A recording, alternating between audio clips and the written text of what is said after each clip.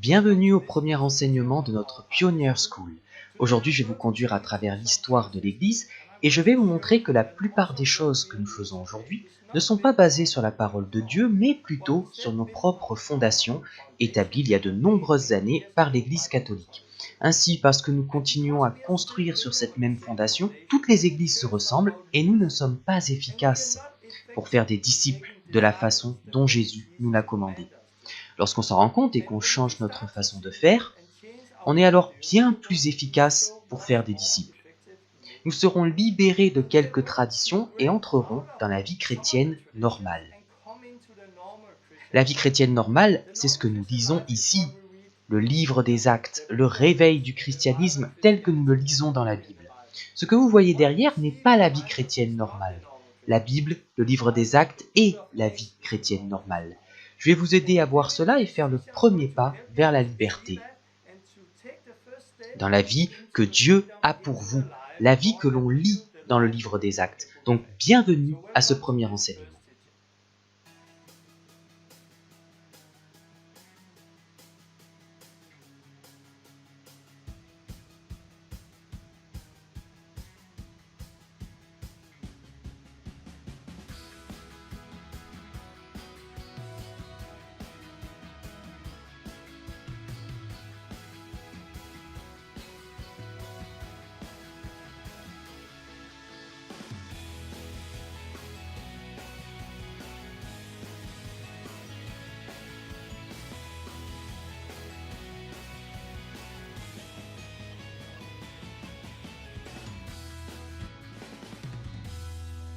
Bienvenue à l'école Pioneer School, je m'appelle Torben Sondergaard, je viens du Danemark, c'est un grand honneur de vous accueillir. Je pense que cet enseignement va changer votre vie.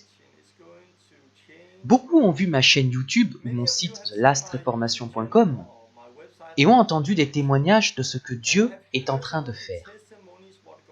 Je crois que cet enseignement vous aidera à entrer dans cette vie. Celle que nous désirons ardemment, celle dont parle le livre des Actes. Je peux le dire maintenant, ce que Dieu fait est formidable. Car maintenant, j'ai tous les jours des témoignages de gens dont la vie a changé au travers de cet enseignement. De gens qui ont changé leur façon de faire des disciples. Depuis le début, j'ai à cœur d'équiper et d'entraîner les gens. Je crois que si nous changeons notre façon de travailler, notre façon d'enseigner, notre façon de prêcher l'Évangile, notre façon de faire des disciples, je crois que nous verrons des choses extraordinaires se produire. Et cela ne prend pas forcément beaucoup de temps. Il y a quelques jours, des Hollandais ont vu ma vidéo. Ils ont décidé de venir au Danemark passer des vacances, mais aussi pour me rendre visite et sortir dans la rue. C'était un couple avec 4 enfants. Ils sont venus avec les enfants et nous avons un peu parlé. Puis nous sommes allés en ville, là où j'habite. Ils voulaient apprendre à guérir les malades, expérimenter cela. Aucun n'avait déjà prié pour quelqu'un dans la rue qui ait été guéri. Ce que j'ai fait a été en fait très simple. Vous le trouvez dans la parole de Dieu. Jésus a dit « Venez et suivez-moi ». Et les gens le suivaient à cette époque. Et Jésus enseignait les gens, non pas en faisant une école biblique, mais dans la vie de tous les jours. C'est ce que j'ai fait il y a quelques jours, je leur ai dit « Venez et suivez-moi ». Et nous sommes allés en ville. Et cela a pris environ 20 minutes pour elle de voir une personne guérir. 20 minutes plus tard, son mari pria pour la première personne qui guérit aussi. C'était génial. Certains pour qui ils prièrent venaient d'Islande. C'était une équipe de foot qui venait jouer au Danemark. Et quelques-uns furent guéris. Plus tard, ils sont venus avec toute l'équipe. Donc nous avions 40 personnes derrière nous qui voulaient la prière. Et j'ai dit aux nouveaux de Hollande, « Priez, allez-y, faites-le !» Donc après 40 minutes, ils étaient là à prier pour un groupe de gens. Où beaucoup furent guéris. Je crois que pendant cette heure en ville, il y a dû avoir 30 personnes guéries. Parmi les 2 dernières personnes pour qui nous avons prié, une avait une migraine depuis 2 ans qui a disparu. L'autre avait eu un accident de la route 4 ans auparavant. Et un os dans son corps s'était déplacé. Elle avait des problèmes de dos depuis 4 ans. Et lorsqu'elle touchait cet os, elle sentait qu'il n'était pas en place.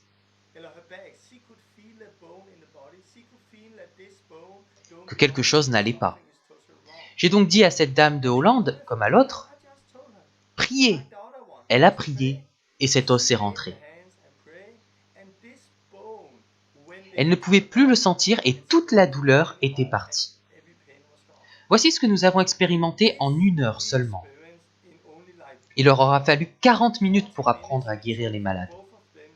Maintenant, ils sont rentrés en Hollande et ils font la même chose là-bas. Car il ne s'agit pas de moi, mais du Saint-Esprit en nous. Et ce n'est ici qu'un exemple de comment vous pouvez faire des disciples autrement que la façon habituelle, en restant assis dans une église ou en allant dans une école biblique. C'est aussi une sorte d'école biblique, notre école biblique en ligne, quoique très différente, et vous verrez plus tard que ce n'est pas beaucoup de théologie pour votre tête, c'est très pratique. Comme le couple de Hollande. Nous avons vu leur vie changer. Nous leur avons appris à entrer dans cette vie en 40 minutes. Combien de personnes trouvons-nous dans les églises aujourd'hui qui sont restées assises 10, 15, 20 ans et désirent vivre quelque chose de similaire? Mais ils ne l'ont pas fait. Ils s'imaginent que s'ils s'assoient et qu'ils écoutent, alors un jour, cela va se produire. Mais honnêtement, rien ne se produira si nous continuons à faire ce que nous avons toujours fait. Osons nous arrêter un moment pour nous demander si ce que nous faisons correspond bien à la parole de Dieu. Et formons-nous vraiment des disciples? Je crois que le réveil devant lequel nous nous trouvons, la dernière réforme, est une réforme qui consiste à créer des disciples. Car si nous recommençons à utiliser les outils que Dieu nous a donnés et faisons des disciples, comme Jésus nous l'a demandé, en le faisant de la façon dont il nous le commande, nous pourrons voir beaucoup de choses se produire. Et j'ai tellement de témoignages de gens qui sont restés dans une église, peut-être toute leur vie, ou 20 ou 40 ans, et qui n'ont jamais amené quelqu'un à Christ, jamais guéri un malade, jamais chassé un démon, jamais expérimenté la vie surnaturelle, et n'ont pas les mêmes témoignages que dans le livre des Actes. Mais en travaillant avec eux, 1 heure, 2 heures, ou même une journée, leur vie change soudainement. Et après cela, ils continuent à vivre cette vie. Donc avant, leur vie ne ressemblait pas à celle dans le livre des Actes. Mais après, quelques heures seulement, leur vie ressemblait à celle du livre des Actes. Je vous parlerai de témoignages similaires durant cette école biblique. Et si vous désirez être utilisé par Dieu, si vous désirez expérimenter comment Dieu vous utilise, alors vous êtes au bon endroit. Si vous voulez seulement discuter théologie, alors cette école biblique n'est pas faite pour vous. Car il faut savoir qu'il n'est pas seulement question d'un savoir théologique. Il s'agit de faire les choses simplement de la façon dont Jésus a fait. Il s'agit d'ouvrir nos yeux, de se débarrasser de nos lunettes religieuses et de reprendre au commencement. Dans cette première leçon, je vais vous conduire à travers l'histoire de l'Église. Beaucoup pensent que l'histoire de l'Église est loin d'être passionnante. Mais elle l'est, car cela va vous montrer pourquoi les choses sont ainsi dans les églises aujourd'hui. Ceci devrait vous aider à vous libérer de ces traditions et entrer dans la vie que vous désirez, la vie qu'on lit dans le livre des Actes. Je veux tout d'abord dire, nous avons ici la Bible. Si je veux regarder dans la Bible pour voir comment un chrétien doit vivre, ce qu'est la vie chrétienne normale, où dois-je regarder? Dois-je regarder dans l'Ancien Testament? Non, parce que dans l'Ancien Testament, on ne trouve pas de chrétiens, disciples de Jésus comme vous et moi. Parce que l'Ancien Testament se situe avant la croix, c'était avant Jésus, c'était l'ancienne alliance. Et les choses étaient très différentes comparées à maintenant. Mais beaucoup d'églises et de chrétiens aujourd'hui vivent encore avec une mentalité comparable à celle de l'Ancien Testament. Mais ce n'est pas dans l'Ancien Testament que l'on trouve ce qu'est un disciple. Alors, où trouve-t-on cela? Est-ce dans les 4 évangiles? Non, ce n'est pas dans les évangiles. Les évangiles, c'est, bien sûr, les paroles de Jésus. On y voit ce qu'il nous a appelés à faire, comment il a envoyé ses disciples, comment il vivait et travaillait, et comment il mourut sur la croix et ressuscita. Mais dans les évangiles, on ne voit aucun disciple comme vous et moi. Pourquoi? Parce que personne dans les évangiles n'était encore baptisé en Jésus-Christ, comme nous le sommes aujourd'hui. Personne n'avait reçu le Saint-Esprit comme nous le recevons aujourd'hui, parce que le Saint-Esprit n'avait pas encore été versé dans les évangiles. Et Jésus n'était alors ni mort, ni ressuscité. Donc d'une certaine façon, les 4 évangiles font encore partie de l'Ancienne Alliance, et beaucoup de chrétiens aujourd'hui vivent dans les 4 évangiles, et ne comprennent pas que nous ne devrions pas vivre là, mais plutôt selon le livre des Actes, le livre suivant dans la Bible. Car dans le livre des Actes, nous voyons comment le Saint-Esprit fut versé sur les gens et comment ils commencèrent à vivre. Et que lisons-nous dans le livre des Actes? Il est question des gens qui aiment Dieu, qui aiment Jésus, qui étaient prêts à porter leur croix et à le suivre, et beaucoup sont morts en martyrs. On y voit aussi comment le Saint-Esprit travaillait en eux, comment le Saint-Esprit les conduisait, comment Dieu s'est servi d'eux pour construire son Église. Et ainsi de suite tout au long du livre des Actes. On voit comment le Saint-Esprit les conduisait par des rêves et leur parlait. Comment il parlait, guérissait les malades et chassait les démons. C'est ce que nous lisons dans le livre des Actes. Alors le livre des Actes, qu'est-ce que c'est? C'est la vie chrétienne normale. Et peut-être que là d'où vous venez, lorsque vous vous asseyez dans votre église et que vous regardez autour de vous, ce que vous voyez autour de vous est tellement différent du livre des Actes. Alors j'aimerais vous dire que ce que vous voyez autour de vous, c'est bien ce que vous voyez, mais ce n'est pas la vie normale. Les choses ne devraient pas être ainsi, car elles devraient être telles que nous les lisons ici. Car si vous allez dans une église et que vous regardez autour de vous, vous avez une image de « Ah, c'est cela être chrétien ». Mais si vous êtes dans une autre église, une autre dénomination, vous avez une autre représentation de ce que être chrétien veut dire. Mais si nous nous arrêtons en ouvrant la Bible, et la Bible seule, en prenant le livre des Actes particulièrement, lorsqu'il est question de savoir ce qu'est un disciple et comment il doit vivre, et nous dire « c'est la même chose aujourd'hui », car tout le monde croit que Jésus est le même hier, aujourd'hui et éternellement. Il n'a pas changé. Et nous le croyons lorsqu'il est question du salut. Nous le croyons lorsqu'il est question de beaucoup d'autres choses. Mais qu'en est-il de la vie du Saint-Esprit, des miracles? S'il n'a pas changé, ce que nous lisons dans le livre des Actes est encore d'actualité. Car s'il n'a pas changé, le Saint-Esprit non plus n'a pas changé. Dans le livre des Actes, il ne s'agit pas tellement des apôtres. Il s'agit du Saint-Esprit dans les premiers disciples. Et comment ils vivaient. Il n'a pas changé, le Saint-Esprit n'a pas changé.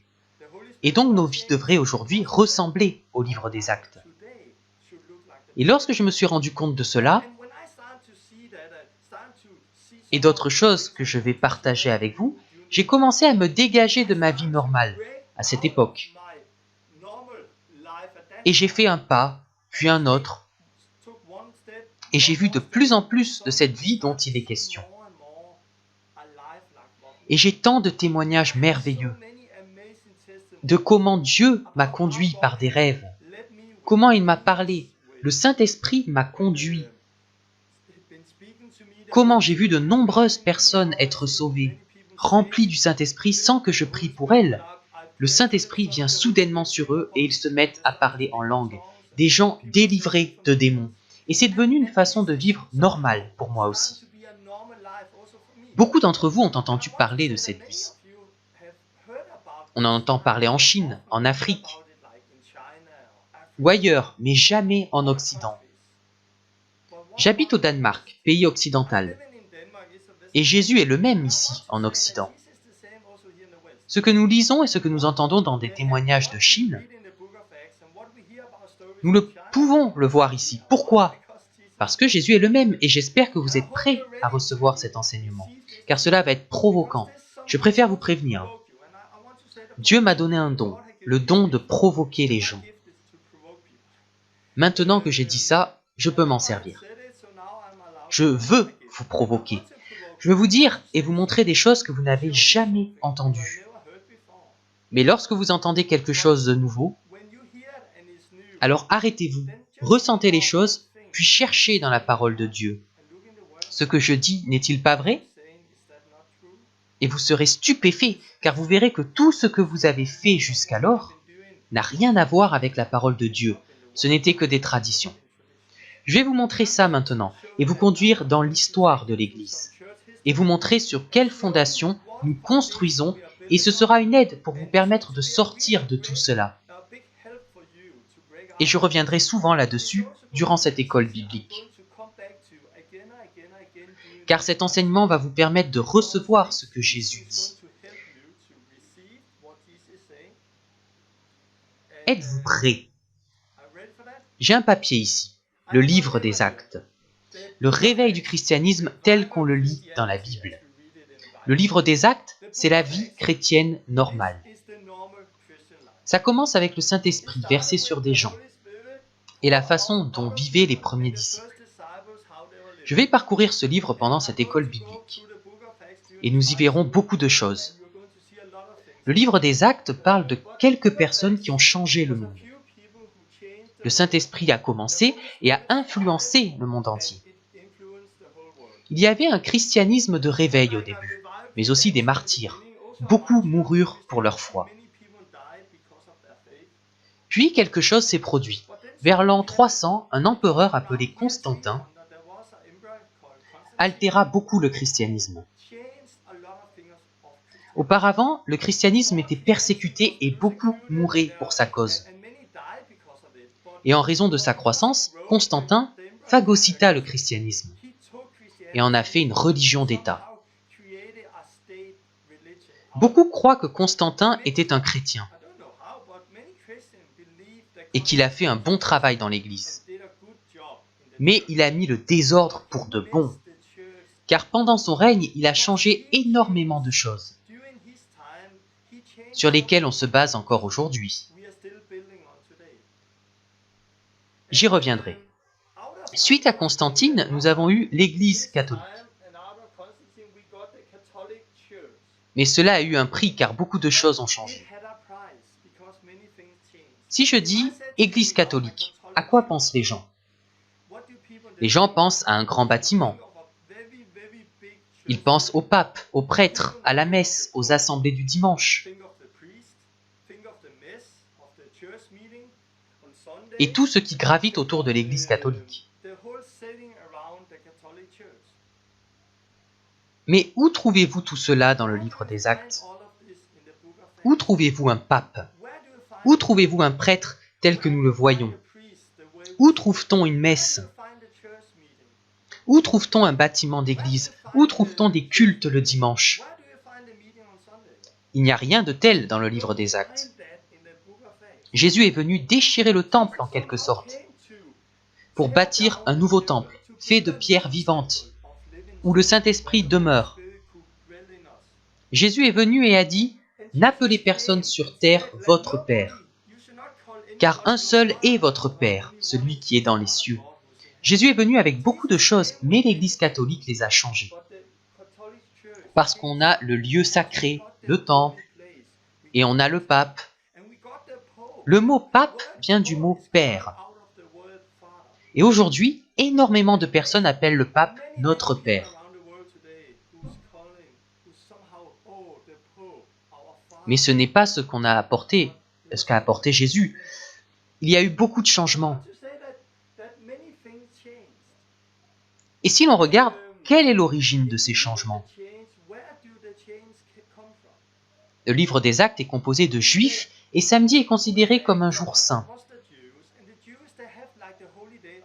Jésus est venu et pour lui, il n'y a pas de jour plus saint qu'un autre. Il existe bien cependant un repos en Jésus, et on y reviendra. Jésus est venu avec quelque chose de nouveau. Mais l'Église catholique a voulu en faire une grande religion et changer beaucoup de choses que Jésus avait commencées. Alors ils créèrent un nouveau jour férié, le dimanche. Pourquoi? Car dimanche était le jour du soleil, le jour du Dieu soleil. Constantin était grand prêtre dans un culte solaire, Sol Invictus, et ceci jusqu'au jour de sa mort. Donc les choses qu'il faisait pour adorer le Dieu soleil, il les a introduites dans cette fondation. C'est ainsi que depuis, nous avons le dimanche saint. Pourquoi? À cause de Constantin et son adoration du Dieu soleil. Il a également construit un temple tourné vers l'est, de sorte que les prêtres puissent recevoir le soleil. Et par la même occasion, adorer ce Dieu soleil. Beaucoup de choses ont changé dans l'Église catholique d'aujourd'hui, comparé à ce que nous voyons ici. Et ce changement a eu un prix. Dans le livre des Actes, il y a un témoignage où l'on voit Pierre et Jean allant prier, et il y avait là un homme infirme qui faisait la manche. Ils regardent cet infirme et lui disent « Je n'ai ni argent, ni or, mais ce que j'ai, je te le donne. Au nom de Jésus, lève-toi et marche. » Et l'infirme fut guéri. Et on voit cela tout au long du livre des Actes. Mais pendant cette période, ça a changé. Un prêtre de l'Église catholique peut-il dire aujourd'hui « Je n'ai ni argent, ni or » ? Non. Pourquoi ? Car les églises catholiques ont beaucoup d'or, beaucoup d'argent. Parce que maintenant, c'est une grosse organisation, une grosse machine, une grande entreprise. Donc, ils ne peuvent pas dire « de l'argent et de l'or, nous n'en avons pas ». Mais ils ne peuvent pas dire non plus « au nom de Jésus, lève-toi et marche ». Pourquoi ? Car le Saint-Esprit veut être libre. Dieu ne confirme ni ne bénit nos traditions, il veut confirmer et bénir sa parole. Et quand on a commencé à changer des choses pour en faire une religion, et mettre Dieu dans une boîte, que s'est-il passé? Le Saint-Esprit s'en est allé. La puissance s'en est allée. La vie s'en est allée. Pourquoi? Parce que nous avons construit sur des fondations qui ne sont pas bibliques. Mais lorsque nous sortirons de ce système, nous reverrons les mêmes choses que nous lisons dans le livre des Actes. Donc beaucoup de choses ont changé à cette période avec l'Église catholique. Il y a ensuite une période sombre pendant laquelle rien ne se produit. Bien sûr, il y a toujours eu par endroits un christianisme réveillé, mais la principale église était l'Église catholique, et les choses sont mortes. Et il y eut beaucoup de changements pendant cette période. Alors vers 1500, quelqu'un nommé Martin Luther, en Allemagne, est venu avec ses 95 thèses à l'église de Wittenberg le 31 octobre 1517. 95 thèses placardées sur la porte de l'église. Ce fut le début de ce que nous appelons la Réforme. Après quoi, nous avons l'église luthérienne. Donc nous avons l'église catholique jusqu'en 1517, quand la Réforme commença avec Martin Luther. Cette réforme fut établie sur la vérité de la justification par la foi. Ainsi, Martin Luther réintroduisit la justification par la foi, quelque chose que l'Église catholique avait aussi perdu. Mais ce que vous devez comprendre maintenant, c'est extraordinaire ce que Martin Luther fit et ce que Dieu le conduisit à faire. Mais de là à appeler cela une réforme, c'est un mot approprié. Mais en même temps, il n'a pas réformé l'Église catholique en la ramenant au livre des Actes. Beaucoup de choses dans l'Église luthérienne sont similaires à l'Église catholique. Tout le système repose sur le culte dominical, un prêtre qui fait tout, de gros bâtiments. Il existe toujours l'Eucharistie. C'est toujours un peu de pain et de vin.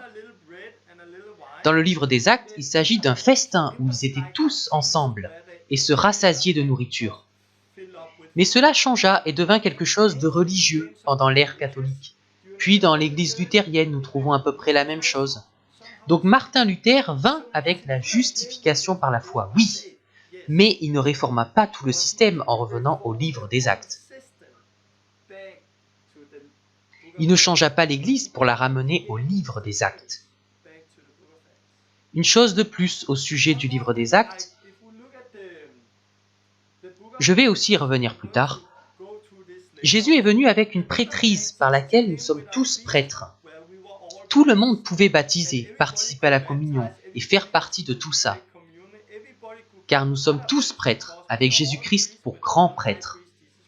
Ceci a changé pendant l'ère catholique et nous obtenons ce système avec le pape. Puis nous avons les prêtres, les nonnes et les moines. Et nous avons tout le système. Puis les laïcs que Jésus a en horreur, car nous sommes tous ministres. Et nous verrons cela dans la prochaine leçon. Nous avons alors eu la Réforme. Dans l'Église luthérienne, que fit Luther? Il prit le pape et le mit dehors. De telle sorte que nous n'aurions plus de pape, sans pour autant revenir à la prêtrise de tous les croyants, avec les 5 ministères dont il est question en Éphésiens 4, 11, où des personnes équipaient les saints. Luther n'est pas retourné à cela, non. Il a juste viré le pape, mais il reste les prêtres, les anciens et d'autres choses. Donc c'était bien une réforme, mais incomplète. Ce n'était que le début.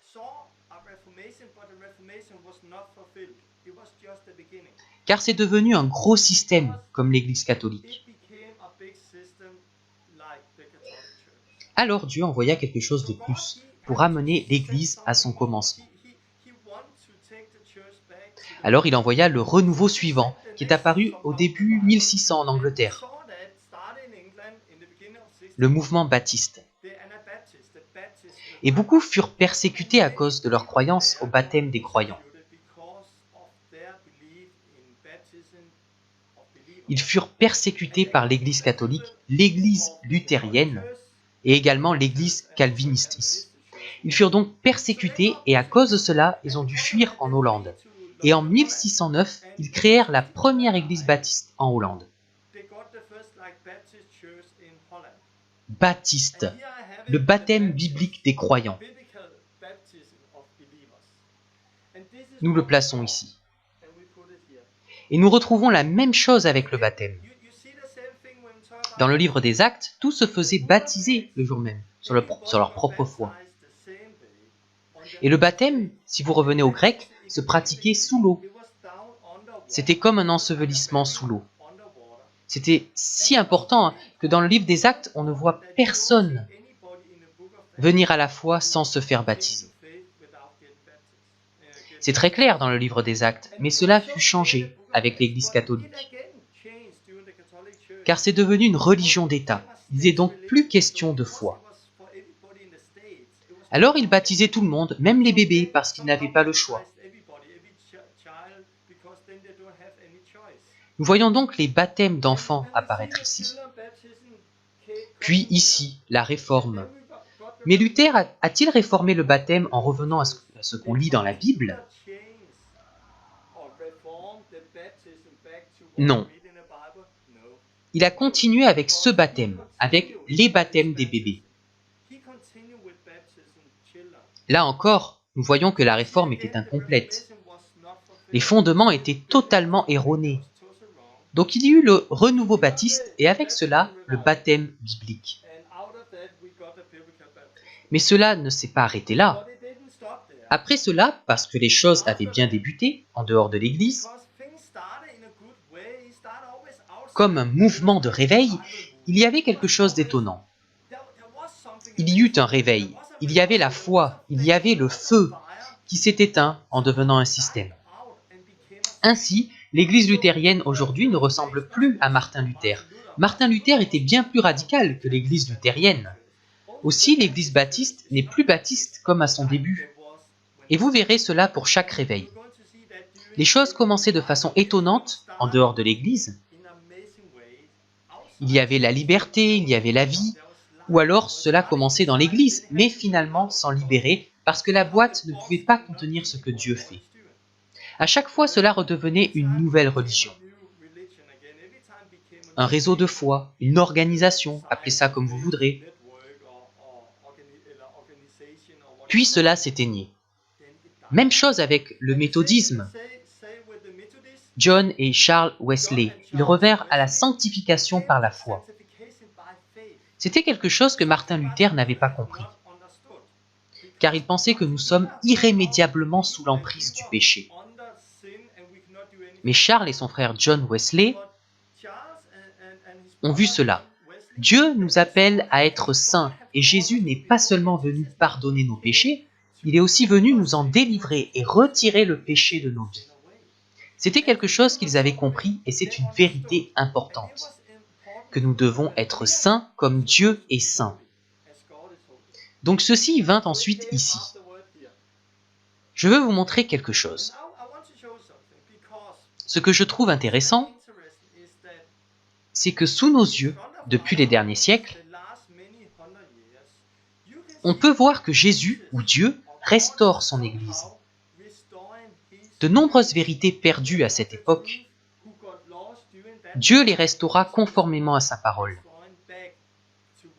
Car si vous allez dans Hébreux chapitre 6, vous pouvez y lire ce qu'est notre fondement à nous, croyants. Et le fondement, c'est la repentance de toute action mauvaise, la foi en Dieu, le baptême. Ces trois choses sont en quelque sorte la base. La repentance, la foi en Dieu et le baptême. Si vous lisez Hébreux chapitre 6, versets 1 à 2, si vous prenez seulement ces trois, repentance, foi, baptême, nous les trouvons dans le livre des Actes, mais pas dans l'Église catholique. Mais Dieu commença à les rétablir. D'abord, la foi. Nous sommes justifiés par la foi, non par l'aumône ou par notre présence au culte, mais par la foi en Jésus-Christ. Puis le baptême dans l'eau, et enfin la sainteté, la repentance.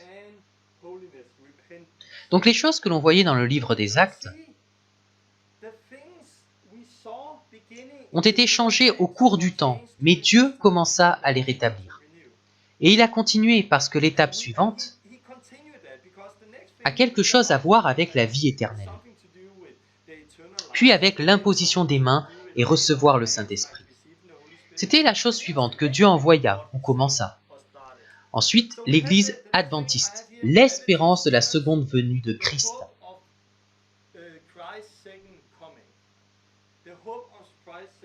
Je l'affiche ici. Cela démarre et ensuite, on a le suivant. Finney et Moody, le baptême dans le Saint-Esprit. Le Saint-Esprit qui équipe les saints. Non pas comme don, mais comme puissance pour être un témoin. C'est quelque chose qu'ils ont apporté, comme d'autres personnes à cette époque. Et lorsque cela est apparu, nous avons vu un renouvellement intérieur. Car le Saint-Esprit vint et la puissance et la vie commencèrent à se manifester. Mais quand même, si vous regardez cette frise chronologique, nous avons vu la justification par la foi, vrai. La sanctification par la foi, oui. Le baptême biblique des croyants, oui. L'espérance du retour de Jésus, oui. Le baptême dans le Saint-Esprit, oui. La puissance, oui. Mais les dons dont il est question dans le livre des Actes, parler en langue, prophétiser, chasser les démons, guérir les malades, ont été perdus dans l'Église catholique et celle-ci ne se fonde pas dessus non plus. Pourquoi ? Parce que ce n'est pas la fondation. Quelque part, leur fondement, c'est la tradition et non la Bible. Je sais que c'est provoquant de dire une chose pareille, mais vous pouvez le voir. Et j'en faisais aussi partie. Chacun d'entre nous fait partie de cette histoire. Et nous construisons sur une mauvaise fondation. Aujourd'hui, nous avons beaucoup d'églises dans lesquelles nous ne voyons pas la vie. On ne voit pas les dons et il n'y a pas de véritable théologie. Alors Dieu envoya quelque chose de nouveau, la Pentecôte, le don du Saint-Esprit. Azusa Street, Los Angeles, 1906, William J. Seymour. Des gens se sont réunis pour prier, le Saint-Esprit vint et tomba sur eux. Et les dons furent renouvelés dans l'Église une fois de plus. Je le place ici. En même temps, il y eut un autre réveil au pays de Galles avec Evan Roberts. Un réveil impressionnant, pendant lequel des centaines de milliers de personnes furent sauvées en quelques mois. Les gens se repentaient radicalement et ils fermaient les prisons, les pubs. Les gens arrêtaient de voler et de jurer. Et beaucoup de choses se passèrent pendant le réveil du pays de Galles. De cela vint une vérité qui avait été perdue. L'Église apostolique, les 5 ministères, 1904. Mais encore, cela n'est jamais devenu comme dans le livre des Actes. Parce que dans ces églises, nous avons encore toute la boîte avec le prêtre. Et les 5 ministères n'étaient pas à leur place, comme on le voit dans Actes. Et j'y reviendrai plus tard. De cela, nous avons l'Église apostolique. Au Danemark, nous avons un mouvement appelé l'Église apostolique, qui trouve sa fondation sur le réveil du pays de Galles. Ceci est un peu d'histoire de l'Église au travers de laquelle je vous ai conduit. Et nous pouvons tant apprendre de cette histoire de l'Église. Nous pouvons comprendre pourquoi faisons-nous ce que nous faisons aujourd'hui. Car si nous regardons tout le décor, la boîte autour de la vie,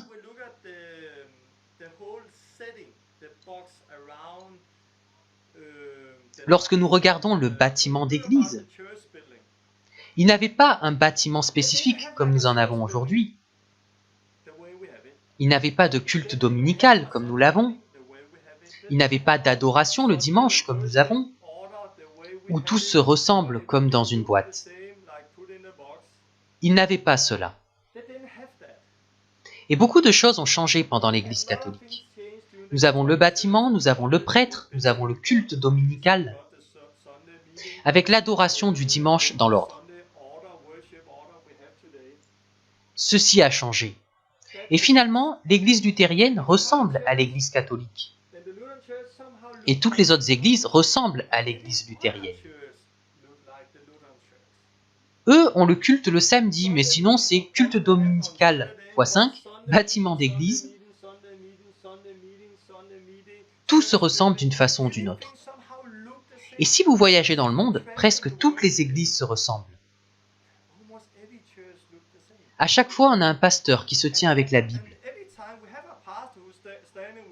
Dans notre église, on se base sur la parole de Dieu seul. Ils disent cela, mais ils ne connaissent pas tous les fondements. Lorsqu'il est question du décorum, du bâtiment, de la hiérarchie, des cultes, ce n'est pas la Bible, mais l'Église catholique à partir des années 300. Et à cause de cela, la vie fut retirée des gens. Car nous sommes tous appelés à servir Dieu. J'en parlerai la prochaine fois. Et si vous n'allez à l'église que pour vous asseoir et écouter sans rien faire, quelque part, vous mourrez lentement. Et c'est ce que nous voyons aujourd'hui. Car cette configuration n'est pas capable de produire des disciples. Je voudrais vous donner un témoignage personnel. J'ai été sauvé dans une de ces boîtes. J'allais à l'église, je regardais autour de moi et je pensais, c'est cela la vie chrétienne normale. Et moi, comme beaucoup d'autres, avais un profond désir de servir Dieu. Et je me demandais, comment puis-je servir Dieu? Je ne peux pas chanter parce que je n'ai pas de voix. Je veux prêcher, mais je ne peux pas, car c'est pris par quelqu'un d'autre. Alors je suis devenu une sorte d'aide pour des choses pratiques, et c'était bien. Mais après quelques années, je désirais plus. Je voulais prêcher, parce que c'était la seule chose que je me voyais faire. Alors je demande à mon ami, comment puis-je en venir à prêcher? Il a répondu, tu peux commencer par le catéchisme, puis après quelques années, tu peux devenir responsable du groupe de jeunes quelques années, et ensuite tu pourras prêcher un dimanche par an. Et j'ai compté, si je faisais tout selon ce système, cela me prendrait 5 ans avant de pouvoir prêcher un dimanche par an. Et cela m'a ouvert les yeux. Je regardais autour de moi et j'étais choqué parce que beaucoup étaient allés dans une école biblique et connaissaient Dieu. Mais où était passée la vie?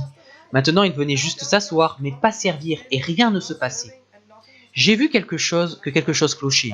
À cause de ça, moi et mon épouse sommes allés dans une autre ville, aider d'autres personnes à implanter une église. Et à cette époque, nous étions jeunes. Nous étions en feu. Il n'y avait personne au-dessus de nous. Donc nous étions libres de faire exactement ce que nous voulions. Et je me disais, maintenant nous sommes libres. Oui. Nous étions sur le point d'avoir notre premier culte dominical. Et on se demandait, qu'allons-nous faire? Tu vas prêcher? Oui, ça va être bien. Je vais conduire le culte? Ouais, waouh! Nous voulons aussi collecter l'offrande. Mais nous ne pouvons pas seulement collecter l'offrande et puis prêcher. Et si je souhaitais la bienvenue, puis nous aurions quelques chants, puis les annonces et puis nous recueillons l'offrande, ensuite quelques chants et puis tu prêcheras? Ok, faisons comme ça. Et j'étais si content jusqu'à ce que je lise le papier. Cela n'a rien de différent, c'est exactement ce que nous venons de quitter. Et c'est ce que nous avons à comprendre. J'avais quitté un endroit parce que je voulais faire des disciples, je voulais changer les choses. Il était facile de quitter la chose ancienne, mais plus difficile qu'elle me quitte. Comme Moïse, ce ne fut pas difficile pour lui de faire sortir les Israélites d'Égypte, mais ce fut difficile de sortir l'Égypte des Israélites. Ils regardaient tous au passé, toujours. J'ai été sauvé, j'allais à l'église, et lorsque j'ai quitté cela, et que je voulais construire quelque chose de nouveau, faire des disciples. Qu'est-il arrivé? Je suis revenu au vieux modèle une fois de plus. J'ai fini avec un culte dominical avec bienvenue, chant, information, offrande, chant, puis un prêche, et puis on prend la communion. Cela ressemblait exactement à ce d'où j'étais sorti. C'était très éloigné de la première église, qui n'avait pas d'ordre comme ceci. Mais bien des années plus tard, au Danemark, j'avais cet ordre-là. Pourquoi? À cause de mon arrière-plan et à cause de l'Église catholique. Cela a continué et nous faisons tous partie de ces traditions. Et mon histoire est que nous avons quitté cet endroit pour un autre endroit. Et à chaque fois, j'ai appris un peu plus. Mais il n'était pas facile de sortir de cette boîte et rompre avec la tradition. Mais finalement, Dieu me donna un rêve et j'ai expérimenté la liberté. Et lorsque j'ai expérimenté la liberté, beaucoup de choses ont changé. Je veux seulement ajouter que donc nous avons déménagé et ce qui s'est passé, c'est que là-bas, Dieu nous a fait traverser un désert. Nous avons perdu notre maison, notre argent. Ma femme est tombée malade, elle était alitée et je voulais mourir. C'était il y a 4 ans et j'étais prêt à mourir. Je demandais, Dieu, où es-tu? Nous avons tout perdu à cette époque. Mais quand nous avons tout perdu, nous avons trouvé Jésus. Et j'ai eu une période de 2 ans pendant laquelle je ne faisais partie d'aucune église. Alors j'ai pu regarder les choses de l'extérieur. Et j'ai pu commencer à voir les choses d'une façon nouvelle. C'est comme si mes lunettes étaient tombées et j'ai vu les choses d'une nouvelle façon. Cela a créé une nouvelle vie pour moi. À une période où je jeûnais pour 40 jours. Un jour, Dieu me parla. Torben, quoi? Va à Nakskov. C'est une ville à l'autre bout du Danemark. Je savais que c'était Dieu et je suis rentré à la maison. Oh, nous allons à Naxkov. C'était si fort pour moi et nous sommes allés à Naxkov. Puis j'ai dit à Dieu, maintenant je suis là, que veux-tu que je fasse? Et j'ai prié plusieurs jours en attendant une réponse de Dieu. Il y avait une petite église baptiste et j'y avais parlé, j'ai un ami pasteur là-bas. Un type est venu vers moi et j'ai prié pour lui. Il avait un problème au genou et devait se faire opérer la semaine suivante. Dieu le guérit et il put monter et descendre les escaliers sans problème. Après le culte, il me dit « Torben, je dois te parler. » Oui, quoi? Quand Dieu t'a-t-il parlé de Naxkov? La première après-midi, après avoir prié dans les praises vers 15 heures, pourquoi? Et il dit « Torben, c'est énorme. J'ai trouvé ton site web lundi et j'ai prié lundi, mardi et mercredi. Dieu, envoie Torben à Naxkov afin qu'il prie pour moi et que je sois guéri. » Quand j'ai entendu ça, j'étais scotché. J'étais à l'autre bout du Danemark à prier. Dieu me dit « Va là-bas. » J'y vais parce que ce type a prié et il a été guéri. Et j'ai dit à ma femme « Voilà, c'est ça que nous voulons. Nous voulons cette vie où nous sommes conduits par l'Esprit Saint. » Depuis, j'ai des centaines de témoignages de la façon dont l'Esprit Saint nous guide quotidiennement. Car lorsque j'ai commencé à rompre avec ces boîtes de tradition, j'ai alors vu que je suis prêtre, je suis rempli du Saint-Esprit, je suis le temple. Dieu peut m'utiliser tous les jours. Et cela m'a aidé à revenir au livre des Actes. Et chaque personne avec laquelle j'ai travaillé et que j'ai formé depuis a expérimenté la même chose. Quand ils sortent de ces traditions et mentalités, ils commencent à expérimenter la vie dont il est question dans le livre des Actes. Et beaucoup de mon enseignement provient de cette période de désert. Et avons perçu les choses sous un jour nouveau. Et je voudrais dire que j'aime l'Église. Je ne suis pas contre l'Église. Mais je veux voir une réforme. Quand Luther a commencé à réformer l'Église catholique, ils ont dit de lui qu'il était envoyé par Satan pour détruire l'Église. Mais nous savons aujourd'hui qu'il n'était pas contre l'Église. Il voulait juste la réformer. Je ne suis pas non plus contre l'Église, je veux juste la réformer. Mais ma vision de l'Église est très différente des autres. Et j'ai parlé dans de nombreuses églises depuis, pentecôtistes, baptistes, et dans des cadres très différents. Je peux y parler et je respecte. Mais je crois que si nous voulons être efficaces à faire des disciples, nous devons regarder aux fondations. Nous devons changer ces fondations. Car tu ne vois pas si une église est saine par la quantité d'argent qu'ils ont. Tu ne vois pas si une église est bonne par le nombre de membres qu'ils ont. Combien de gens viennent le dimanche? Tu ne le vois pas d'après le nombre d'activités qu'a cette église. Non. Ce n'est pas un critère, parce que le dimanche, tout le monde sourit et tout semble bien. Non. Si tu veux voir tout ce qui est bon et sain, tu dois regarder les fruits. Font-ils des disciples? Est-ce que les gens aiment Jésus et le suivent? Obéissent à sa parole, en actes aussi? Et nous parlons d'une vie avec Jésus, non seulement le dimanche matin, mais lundi, mardi, mercredi, jeudi, etc. Donc si vous voulez voir si une église est une bonne église, regardez ce que font les jeunes le vendredi soir.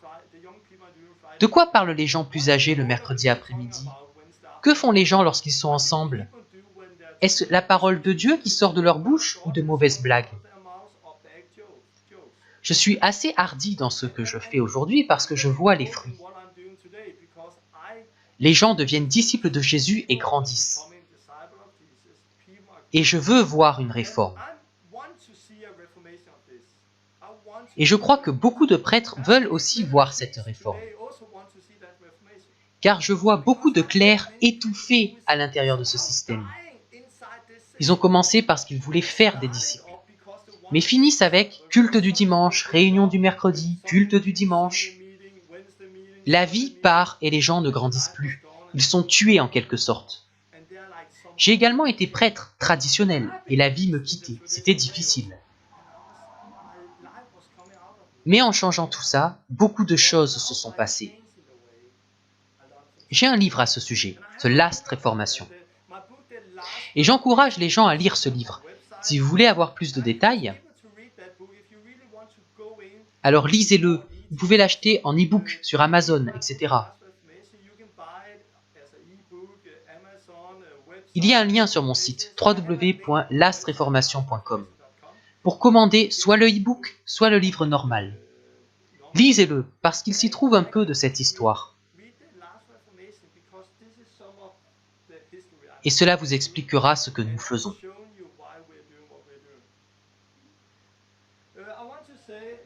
Le problème n'est pas seulement le cadre de l'Église,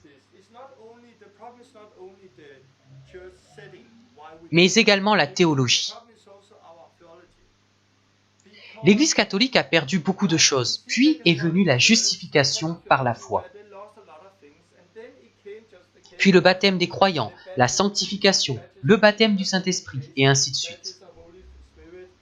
Mais Dieu n'a pas créé ces vérités pour que les gens s'enferment avec cette vérité.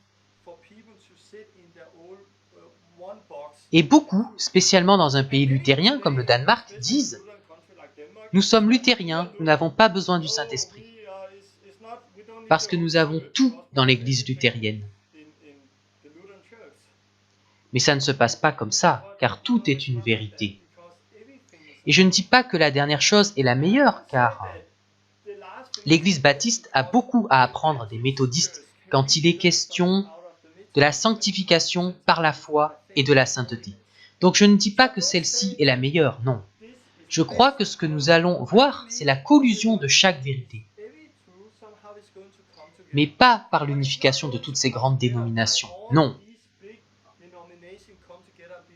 Car on ne peut pas faire cela, et nous voyons déjà un faux réveil survenir, où nombre d'églises veulent s'appuyer une fois de plus sur l'Église catholique.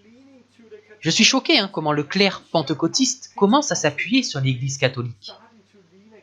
Et la période des pères, comme ils l'appellent. Ne revenez pas à ces traditions, revenez à la Bible, au livre des Actes plutôt qu'à ça. Mais quelque part, ils s'appuient sur l'Église catholique. Et cela donne le faux réveil que l'on voit paraître maintenant. Vous verrez que cela va croître dans les années à venir. Mais le vrai réveil, c'est que les gens vont sortir de ces boîtes et qu'elles vont finir par s'effondrer. Alors nous serons unis comme un seul peuple. Et si vous rencontrez des gens, dans la rue ou chez eux, il n'est pas écrit pentecôtiste ou baptiste sur leur front, non. Tu es juste un disciple de Jésus. Et je crois que c'est ce que Dieu veut que nous fassions. Nous unir comme un seul peuple, afin que nous puissions apprendre et faire les choses bien. Car tu peux avoir une vérité, mais si tu n'as pas les autres vérités, alors tu n'es pas dans le vrai. Oui, tu es justifié par la foi. Mais Jésus n'a pas dit « Sortez et faites des gens justifiés ». Non. Il a dit « Allez, faites des disciples afin qu'ils m'obéissent ». Et pour lui obéir, nous devons aussi enterrer l'ancienne vie. Nous devons aussi vivre une vie sainte et nous concentrer sur la vie éternelle. Nous avons besoin du Saint-Esprit, nous avons besoin des dons. Donc chaque chose est importante quand il s'agit d'être un disciple et suivre Jésus. Je veux donner un exemple de combien la théologie peut être mauvaise.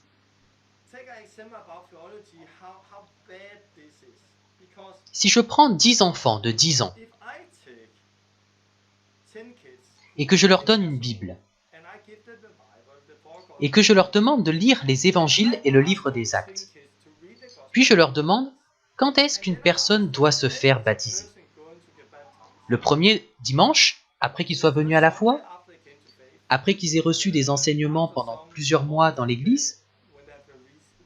Ou après plusieurs années, lorsqu'ils se sentent prêts à être baptisés?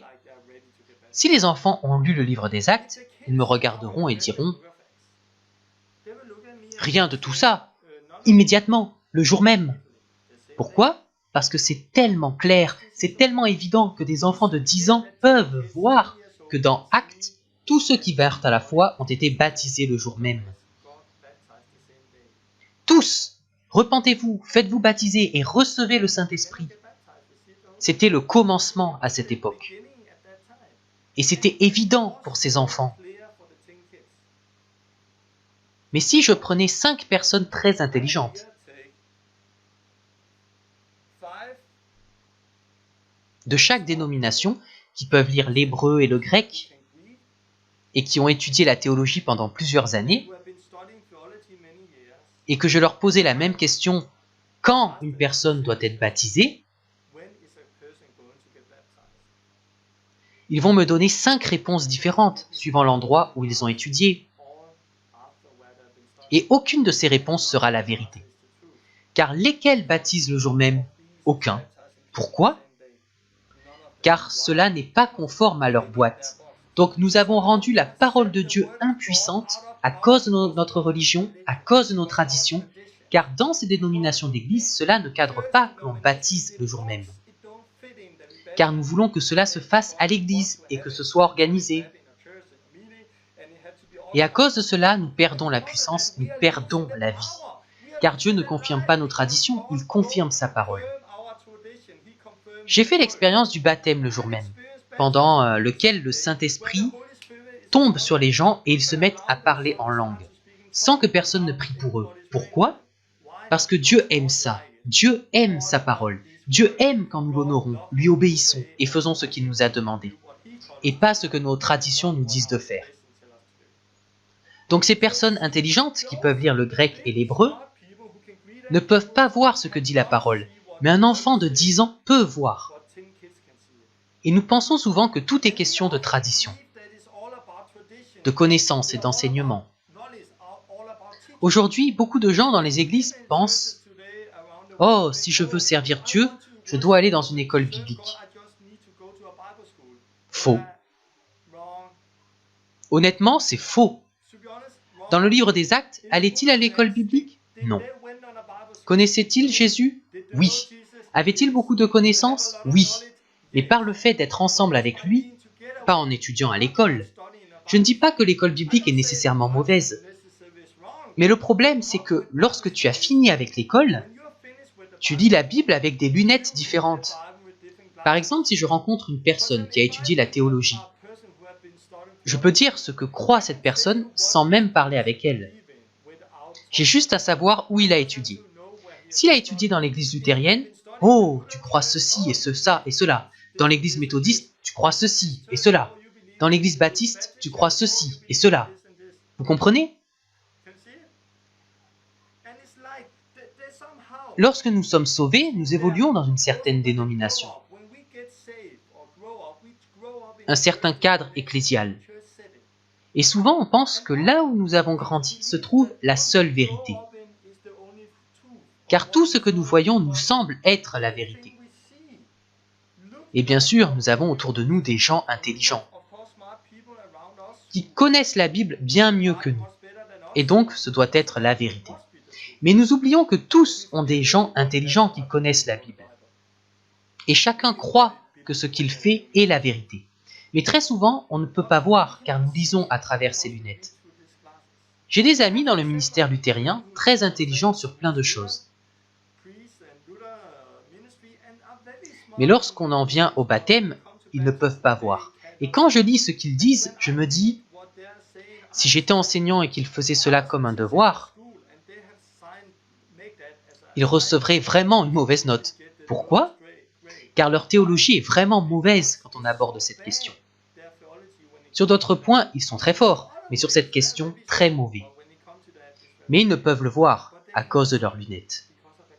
Ou ils ont peur de le voir, car si soudainement ils voient et changent leur point de vue sur le baptême, par exemple, alors ils perdront leur travail, leurs amis, leur argent. Ils perdront tout, parce que subitement, ils ne sont plus conformes à la boîte. C'est souvent le problème qui nous empêche de recevoir la vraie théologie et d'apprendre à connaître Dieu, nos boîtes. Si ce n'était pas un problème de boîte, nous verrions souvent des prêtres. devenir baptistes ou des baptistes devenir pentecôtistes. Mais voit-on souvent cela? Pas souvent, non. La plupart du temps, le cadre d'église dans lequel vous avez été sauvé et dans lequel vous avez grandi, vous y resterez toute votre vie. Et vous vous trouvez chanceux parce que vous avez grandi dans la bonne dénomination. Qui a la vérité et la vérité seulement? Je pense qu'aucune ne détient la vérité seule. Je crois que nous devons prendre un peu de la vérité de chacune d'elles avant de recevoir la vérité.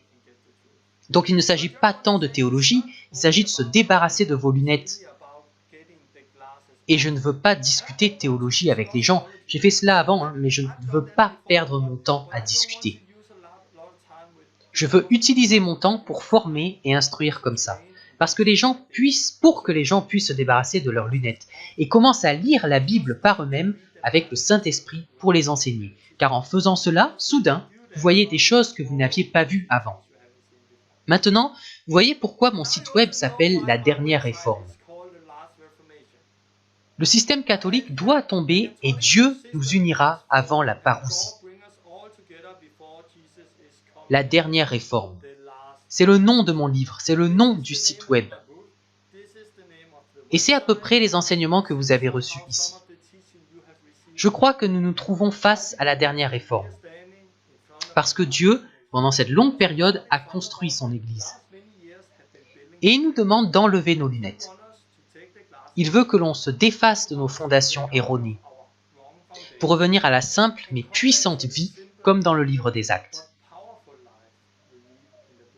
Comme les Hollandais qui voulaient apprendre à guérir les malades. Je ne leur ai pas donné beaucoup d'enseignements. Nous avons pris le café, parlé de Jésus et de plein d'autres choses. Et je les ai emmenés dans la rue, comme je l'ai fait pour beaucoup d'autres. Et en 20 minutes, ils ont prié pour des malades qui ont été guéris. Cela n'a pas requis beaucoup d'enseignements. Si nous montrons la vie et formons de la façon dont Jésus l'a fait, nous serons vraiment efficaces. Et c'est ce que je veux faire avec vous pendant ces 20 prochaines leçons. Je vais vous ramener pas à pas à la vie dont il est question dans le livre des Actes. Beaucoup de chrétiens me demandent « Que dois-je faire? Et ceci, et cela ?» Et je dis « Relax, un pas après l'autre, vous comprendrez plus tard. » Mais ce que je veux que vous fassiez avant la prochaine leçon, je veux que vous preniez la Bible et que vous lisiez le livre des Actes.